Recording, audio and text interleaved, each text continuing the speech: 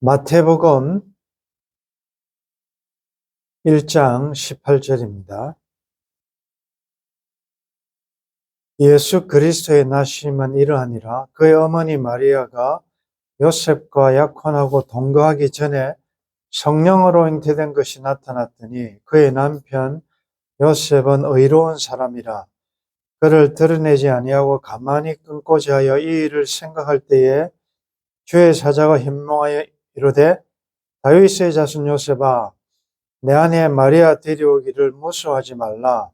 그에게 잉태된 자는 성령으로 된 것이라. 성탄절이 되면 떠오르는 이미지들이 마리아, 또 구유, 동방박사, 박사들을 인도한 별, 이런 목자, 그런 이미지들이 많이 떠오릅니다. 의외로 요셉은 그렇게 큰 주목을 받지를 못합니다. 본문에 보면 마리아가 요셉과 약혼하고 동거하기 전에 성령으로 잉태되었다. 그 당시의 약혼은 지금 개념하고 조금 다른데, 약혼하면 이미 법적인 부부가 된 것입니다. 물론 한 1년 정도의 기간을 두고 신랑이 신부를 데려오는 것으로 이제 결혼은 시작되지만 이미 약혼 상태라는 것은 법적인 부부입니다. 그래서 다른 복음서에는 아내라고 이미 표현을 하고 있는 것입니다. 통상적으로 약혼을 하고 1년이 지난 다음에 합법적인 이제 결혼 관계에 들어가기 때문에 그때부터 이제 부부 관계가 합법화된다, 이렇게 볼 수 있습니다. 그래서 약혼 기간에 남편이 죽으면 아내는 과부가 되는 것이고, 또 약혼 기간에 어느 한쪽이 부정이 발각되면 신민기서에 의하면 죽음을 당할 수 있는 정도로 굉장히 심각하게 생각하고 있는 것입니다. 그런데 동거하기 전에 마리아가 잉태를 했습니다. 여러분들, 오늘날로 한번 우리가 생각을 해보면, 남편 될 사람, 또 아내 될 사람 서로가 다 아는데, 내가 남편과 관계도 맺기도 전에 임신이 되었다. 마리아의 입장은 어떠했겠으며, 또 그런 관계를 가기 전에 아내 될 사람의 신부가 임신했다는 사실을 알면 남편을 될 사람의 입장은 또 어떻겠습니까? 여러분들이 이런 상황이라면 어떤 조치를 취하겠습니까? 당장 이건 상상할 수 없는 일이 벌어졌으니까 DNA 검사를 해본다든지, 아주 다그치면서 누구 아이냐, 얼마나 분노가 일어나겠습니까? 파혼은 당연한 수순이고 거기에 따른 책임 추궁하느라 굉장한 일이 벌어질 수 있는 상황 아니겠습니까? 마리아는 어떻게 설명하겠습니까, 이 일을? 또 요셉은 이것을 어떻게 받아들일 수가 있겠습니까? 이것은 성령으로 잉태된 성령의 역사, 그러니까 인간이 이해할 수 없는 초자연적인 역사이기 때문에 이건 어떻게 할 방법이 없는 것입니다. 그런데 이럴 때 요셉은 어떤 조치를 취하려고 했는가? 19절에 그의 남편 요셉은 의로운 사람이라. 의로운 사람이라. 우리가 디모데서를 공부한 것과 연결해 보면 하나님의 사람이라 그 말이죠. 하나님에 대하여 의와 경건과 믿음을 지키는 그는 하나님의 사람이라, 의로운 사람이라, 율법을 철저하게 준수하고 말씀대로 살려고 애썼던 사람이라 그 말이죠. 그런데 그 남편 요셉, 의로운 사람 요셉은 어떻게 처리를 하려고 생각했는가 하면 드러내지 아니하고 가만히 끊고자 했다.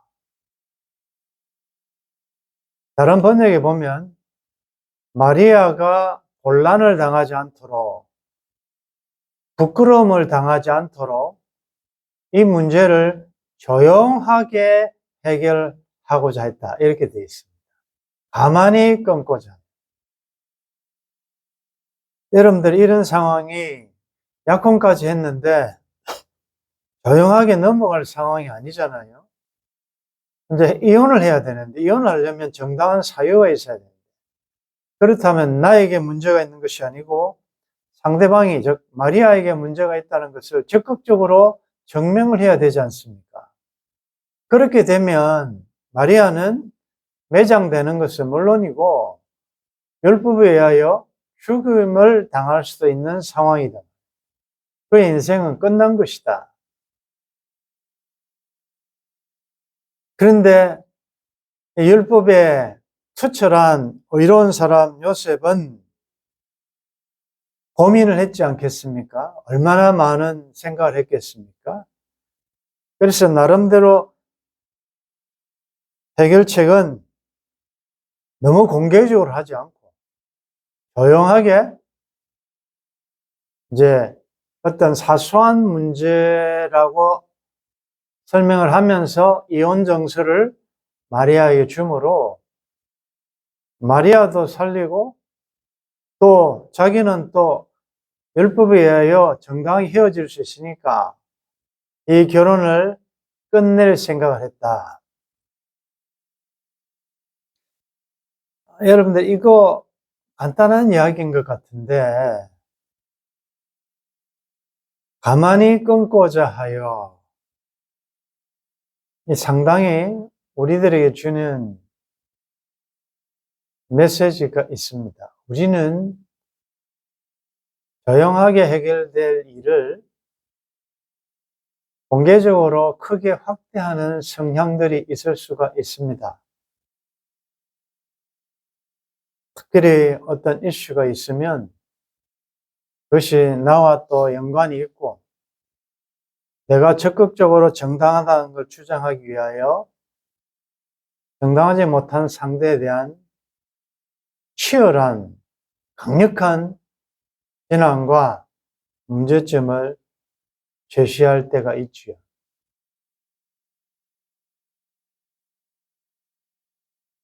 우리가 기억해야 될 것은 살아가다 보면 욥의 경우도 그랬듯이 이상한 특별한 우리의 논리로 설명할 수 없는 성령의 역사가 나타날 때가 있다는 것입니다.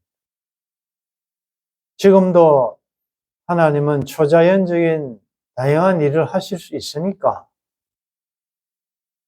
그런 일이 일어날 때 마리아의 입장이든 요셉의 입장이든 할 수 있는 게 없지 않습니까? 그럴 때는 어떻게 해야 되느냐? 하나님이 시작하셨고 성령께서 지금 어떤 특별한 일을 행하시려고 할 때는 너무 빨리 내가 주도권을 가지고 나서지 말라는 것입니다. 우리 찬송 가운데 주님의 뜻을 이루소서, 주님의 뜻을 이루려면 고요한 중에 기다립니다. 때때로 고요한 중에 기다림, 이런 시간이 필요합니다. 요셉은 가만히 끊고자 했고 액션을 취하지 않았습니다. 20절에 보면 이 일을 생각할 때에 나름대로 고민하며 묵상하며 어떻게 하는 것이 율법도 지키고 율법의 정신인 사랑과 용서도 실천할 수 있을지를 깊이 생각하고 있을 때 주의 사자가 현몽하여 말을 합니다. 다윗의 자손 요셉아, 내 안에 데려오기를 무서워하지 말라. 이 무서운 일 아닙니까? 이게 드러난다면 그 받아야 될 다양한 공격이랄지 이런 일들이 왜 염려가 안 되겠습니까? 그런데 그가 바로 공개적으로 마리아를 아주 망신을 주고 공박하지 않고 생각하고 기다릴 때에 그 일을 설명하려고 주의 사자가 나타났다. 그래서 여러분들, 우리가 내 광야 여정에 이해할 수 없는 독특한 일이 생길 수 있어요. 그럴 때는 여러분들이 너무 빨리 공개해버리면 하나님이 지금 하나님의 방법으로 하나님의 때에 하나님이 이루어 가실 일이 아주 그르치는 경우가 생길 수가 있어요. 가만히 계시라고. 그럼 하나님께서 여러분들 기도 중에나 말씀 묵상할 때나 말씀을 듣는 가운데나 꿈에서나 여러분들이 통독을 할 때나 하나님께서 이 일에 대한 하나님의 뜻을 깨닫게 해주신다고요. 여러분들 그런 경우 많지 않습니까? 이게 왜 이럴까 몰랐는데 조금 있다 보면 희한하게 말씀 듣는 중에 그 답이 하나님의 음성을 내가 깨닫고, 하나님이 이런 뜻이 계셨구나. 이럴 때가 있지 않습니까? 그래서 이 주의 사자가 쭉 설명을 합니다. 아들을 낳을 것이다. 예수를 알아. 그의 사역의 목적을 쭉 설명을 하면서 임마누엘이라 할 것이다. 24절에 보면 요셉이 잠에서 깨어 일어나 주의 사자의 분부대로 행하여 그의 아내를 데려왔으나 아들을 낳기까지 동침하지 아니. 그러니까 요셉은 철저하게 그 말씀이 이루어지게 하여 자기가 남편이지만 남편으로서의 권리도 최대한 억제하면서 하나님의 뜻이 이루기를 적극적으로 능동적으로 순종했다는 것을 알 수가 있지요. 즉시 일어나 데려왔다. 누가복음 1장에 보면 마리아에게도 나타난 사건이 똑같습니다. 26절부터 여섯째 달에 천사 가브리엘이 하나님의 보내심을 받아 갈릴리 나사렛이라는 동네에 가서 다윗의 자손 요셉이라는 사람과 약혼한 처녀에게 이르니 그 처녀의 이름은 마리아라. 그에게 들어가 이르되 은혜를 받은 자여 평안할지어다. 주께서 너와 함께 하시도다라고 하면서 또 예수 탄생에 대한 설명을 수태고지라고 하죠. 쭉 이야기합니다. 34절에 보면 그에 대한 마리아의 반응이 마리아가 천사에게 말하되 나는 남자를 알지 못하니 어찌 이 일이 있으리까? 그렇죠. 이해가 안 되는 것이에요. 왜 질문하는 것입니다. 난 남자를 알지 못하는데. 그럴 때 천사가 대답하여 35절에 성령이 내게 임하시고 지극히 높으신 의 능력이 너를 덮으시리니 이러므로 나실 바 거룩한 이는 하나님의 아들이라 일컬으시리라. 보라, 내 친족 엘리사벳도 늙어서 아들을 배었느니라. 본래 임신하지 못한다고 알려진 이가 이미 6달이 되었다. 대저 하나님의 모든 말씀은 능하지 못하심이 없다라고 하니까 거기에 마리아의 반응이 38절입니다. 마리아가 이르되 주의 여종이오니 말씀대로 내게 이루어지이다. 그러니까 요셉도 마리아도 하나님의 사람 아닙니다. 하나님의 사람들은 하나님께서 하나님 일을 행하실 때 인간적인 생각과 인간적인 방법으로 처리하지 않고 하나님을 기다리는 거죠. 왜냐하면 하나님이 하신 일이기 때문에 하나님이 설명하셔야 되고 우리가 해야 될 역할이 무엇인지를 가르쳐 주신다. 오늘 이 말씀을 우리들에게 적용하면서 때때로 우리의 삶에 이해할 수 없는 다양한 사건들이 생길 수가 있습니다. 그럴 때 우리 너무 쉽게 내 생각과 내 경험과 내 논리로 그것을 해석하려고 하지 말고 좀 기다리시면서 하나님이 말씀하실 때까지 설명해 주실 때까지 내가 막루에 서서 기다리리라. 여호와께서 뭐라고 말씀하실는지 좀 기다리는 훈련을 하셔요. 그리고 이런 일이 있을 때 여러분들이 마리아의 입장이 될 수도 있고 요셉의 입장이 될 수도 있어요. 그럴 때 하나님의 사람들은 이 일이 공개되었을 때 상대방이 어떤 입장이 될지를 배려하는 것이다.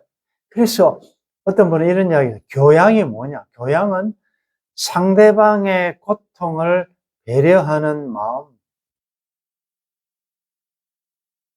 그게 교양이 있는 사람이에요. 하나님의 사람들은 내가 이 말을 함으로 이렇게 행동함으로 상대방이 어떤 어려움을 당할 수 있을까를 생각을 하면서 한다는 거예요.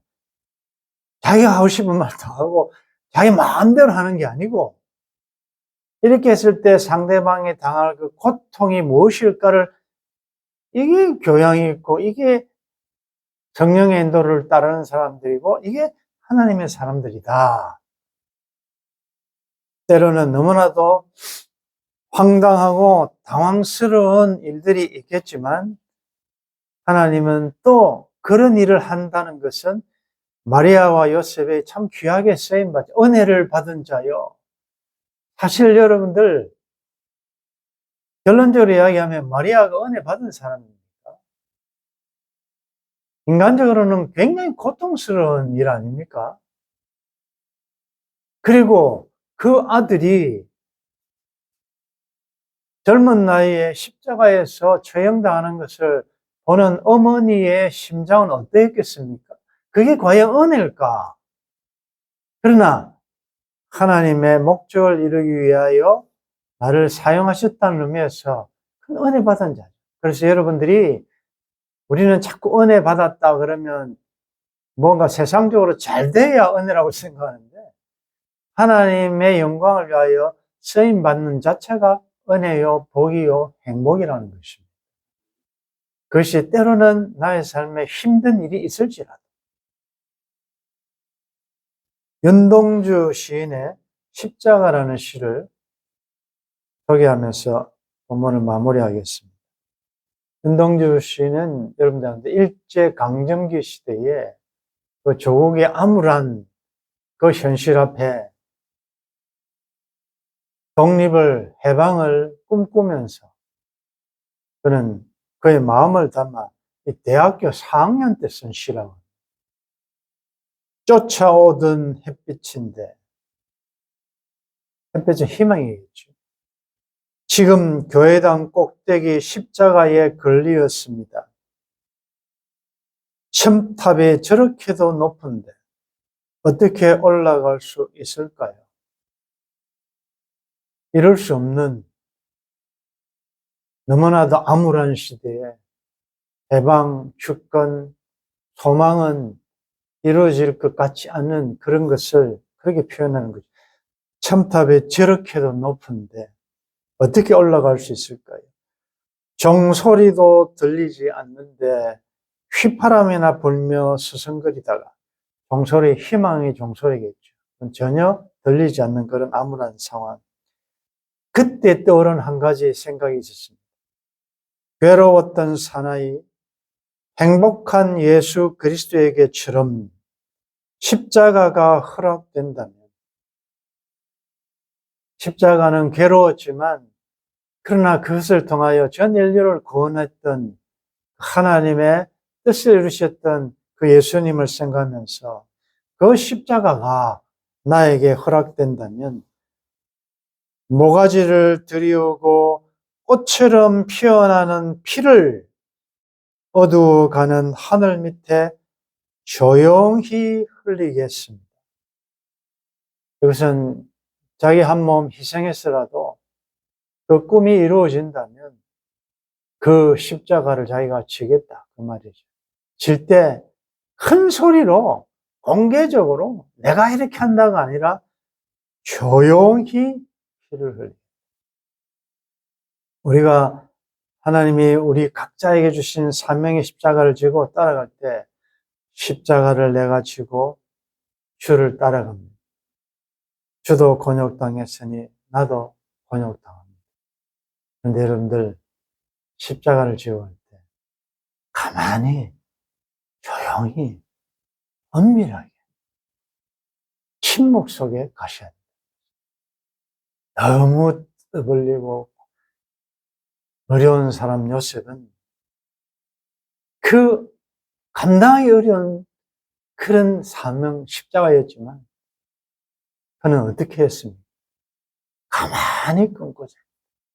오늘 이 가만히 끊고자 했다. 그 앞에 그는 의로운 사람이다 생각하시면서 이 성탄의 정신, 여러분들에게 주어진 사명의 십자가 묵묵히 즐거운 마음으로 감사함으로 잘 지고 가셔서 하나님의 영광을 드러내는 복된 여러분들의 광야 여정이 되시기를 주의 이름으로 축원합니다.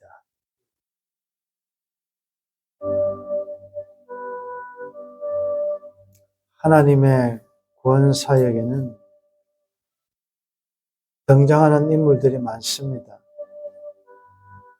주인공처럼 보이는 사람들도 있고, 어떨 때는 조연, 어떨 때는 이름 없이 빛도 없이 세상 사람들이 알아주지 않는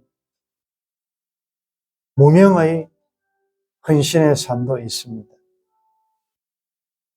오늘 의로운 사람 요셉의 이야기를 오늘 내 삶에 적용하면서 하나님 율법을 지킴과 동시에 율법의 정신인 사랑도 놓치지 않게 도와주시고 나에게 이런 일이 주어진다면 좀 더 기다리며 인내하며 하나님께서 말씀하실 때까지 하나님 앞에 은밀히 보신 하나님 앞에 무릎 꿇고 침묵하는 또 기도의 시간도 저희들에게 허락하여 주옵소서.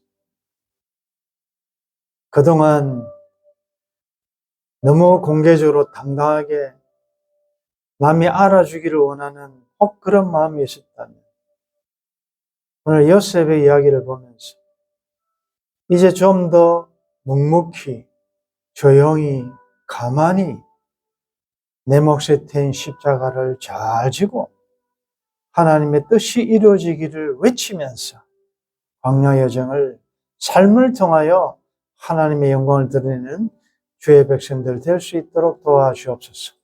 이번 성탄에 주시는 영적인 그 은혜와 감격과 메시지가 많은 복된 이번 계절이 되기를 바라옵고 오늘도 묵묵히 주의 교회를 위하여 주님 따라가는 하나님의 동력자들에게 감당할 힘을 주시고 너무 힘들 때는 또 우리를 위하여 날마다 짐을 지시는 주님을 생각하며 믿음으로 승리할 수 있도록 도와주옵소서. 주 예수님의 이름으로 기도드리옵나이다. 아멘.